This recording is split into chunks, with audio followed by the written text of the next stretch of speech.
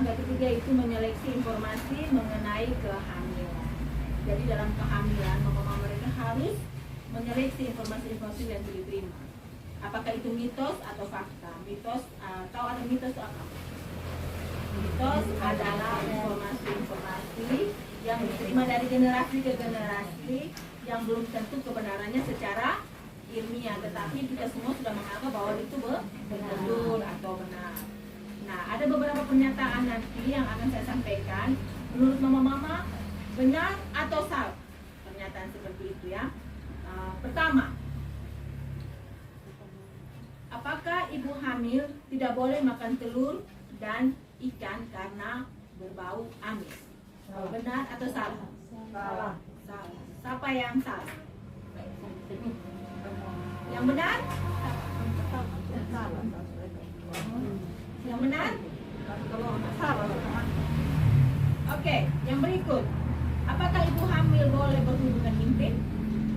Boleh tapi tidak sering. Boleh tapi tidak sering. Yang berikut. Apakah ibu hamil tidak boleh makan? Apakah ibu hamil boleh beraktivitas lebih berat? Tergantung apa? Tergantung kondisi ibu hamil. Nah, dari tiga pernyataan itu yang menurut mama yang salah tuh, coba angkat tangan. Siapa yang salah? Oh, jadi mama mereka menganggap bahwa pernyataan semua itu adalah salah. Yaitu yang pertama, ibu hamil tidak boleh makan telur dan ikan karena berbau amis, itu salah. Jadi ibu hamil harus makan telur dan ikan karena telur dan ikan mengandung protein yang harus dikonsumsi atau dimakan oleh ibu hamil. Terus ibu hamil boleh berhubungan intim, itu juga boleh berhubungan intim. Rumah mereka salah atau benar? Benar. Bisa salah, bisa benar. Tergantung dari ibu hamil. Jadi ibu hamil itu juga ketika dia melakukan segala sesuatu harus menyenangkan hatinya. Menurut dia bahwa itu tidak menyenangkan atau ini sakit, berarti dia tidak boleh. Mentalnya dia, mental dan fisiknya. Yang berikutnya menyangkut fisik, bahwa ibu hamil tidak boleh beraktivitas terlalu berat. Dia harus melakukan aktivitas yang ringan. Oke, terima kasih. Masih ingat tidak punya tepuk hebat? Ingat ke sana? Ya. Oke, coba kita lakukan. Tepuk hebat. Hebat, hebat. Hebat, hebat. Hebat. Jadi kita melakukan tepuk hebat adalah kita memuji diri kita sendiri. Kepada mama mereka yang sudah melakukan apa? Sudah menjawab pertanyaan atau sudah memberikan jawaban tentang pernyataan-pernyataan yang salah atau benar tentang ibu hamil. Yang berikutnya, jadi kesimpulan daripada pernyataan-pernyataan tadi yaitu ibu hamil dan anggota keluarga perlu bijak memilih dan memilah informasi. Jadi dia boleh memilih informasinya yang baik dan dia boleh memilah, oh ini informasi ini baik atau tidak, betul atau tidak, dapat didapat dari sumber yang terpercaya atau tidak. Kalau hanya didengar dong, ini punya nenek bilang bahwa ibu hamil tidak boleh makan telur atau ikan karena bau amis, itu tidak benar. Jadi kita mendapatkan informasi yang betul-betul dari pihak yang percaya seperti pemerintah, dalam ini petugas kesehatan atau para ahli yang betul-betul kita percaya. Yang berikutnya, beberapa sumber informasi sudah dimiliki ibu hamil, misalnya dari buku KIA. Nah, dalam buku KIA itu ada kelas ibu hamil dan posyandu. Itu mau mereka belajar tentang kehamilan, apa yang harus diberikan kepada ibu hamil, terus apa yang harus dilakukan oleh ibu hamil, itu semua ada dalam buku KIA. Atau bukunya pegang ke posyandu lalu ulang simpan atau dibaca. Baca.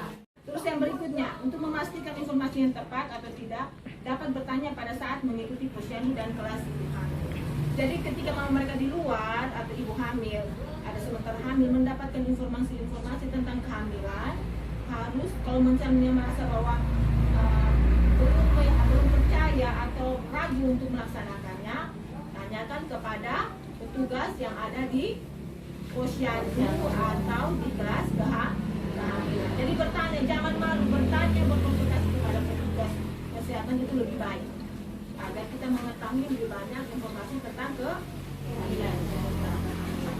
Terus ibu hamil dan keluarga dapat mencari informasi dan sumber terpercaya seperti dari pemerintah dan para ahli.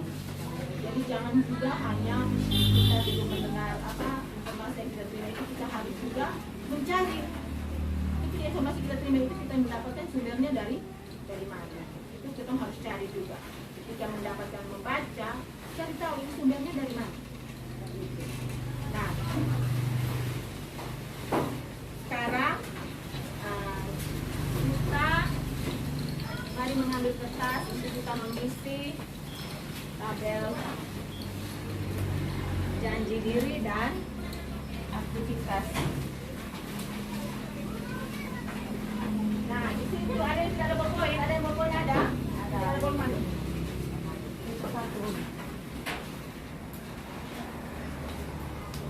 Nah, dalam kertas itu ada dua. Yang pertama, mama mereka menuliskan rencana yang terkait.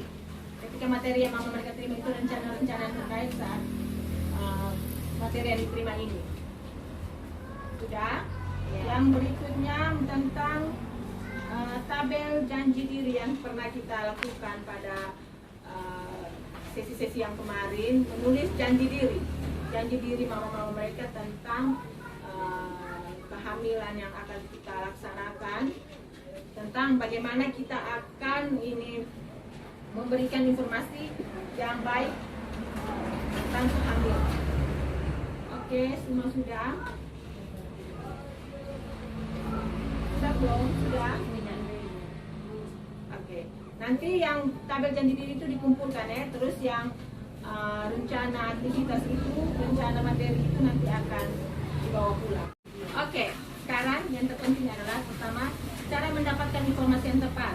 Banyak beredar mitos dan berita palsu mengenai kehamilan. Di masyarakat lebih dari sumber informasi yang cetak maupun yang ditinta. Oleh karena itu, ibu hamil dan anggota keluarga dan masyarakat perlu mendukung ibu hamil untuk mencari informasi yang terpercaya. Cara menyaring informasi yang terpercaya itu adalah pertama, jangan mudah percaya terhadap judul informasi yang beritanya provokatif.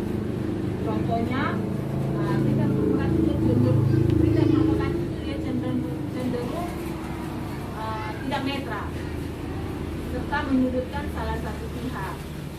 Terus yang berikutnya, cermati sumber informasi seperti yang tadi bilang itu, cermati sumber informasinya dapat dari mana, terus apakah ia didapat dari sumber terpercaya seperti pemerintah atau organisasi resmi seperti para ahli atau pakar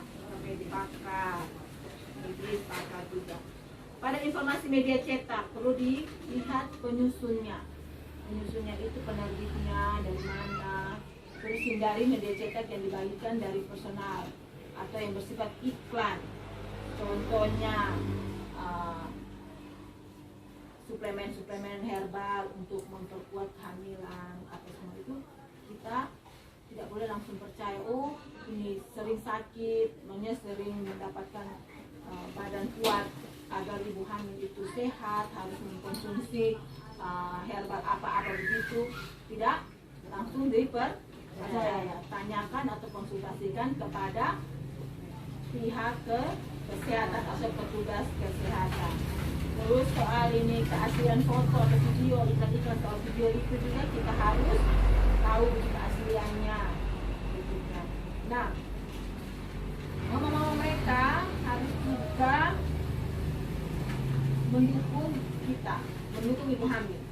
Dan arti dalam pesarinnya ketika ibu hamil mendapatkan informasi yang menurut mama mereka tidak, itu mereka dukung ibu hamil. Sini kan ada yang hamil, tidak ada yang hamil kan?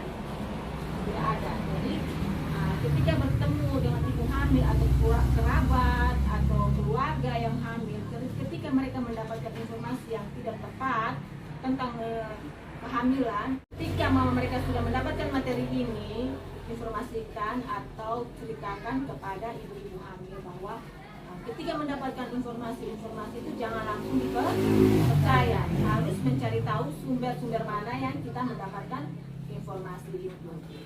Jadi harus informasi yang benar atau benar, agar ketika informasi yang benar itu kita dapatkan, kita dapat juga membantu ibu-ibu hamil untuk mengoptimalkan pertumbuhan atau perkembangan bayi lebih optimal agar tidak terjadinya stunting. Nah, sampai di sini dulu ada yang belum paham? Sudah. Jadi intinya daripada kita ini mengakses informasi itu, kita harus menyeleksi dulu. Ini dia punya kesimpulan adalah menyeleksi dulu informasi yang betul tentang kehamilan. Jadi harus memilah dan memilih informasi yang betul dan sumber yang terpercaya. Demikian ini pertemuan kita hari ini. Kita sampai jumpa di pertemuan di bulan depan pada sesi yang berikutnya. Kita masukkan sesi yang ketiga. Terima kasih, sampai jumpa. Salam buat keluarga dan salam sehat.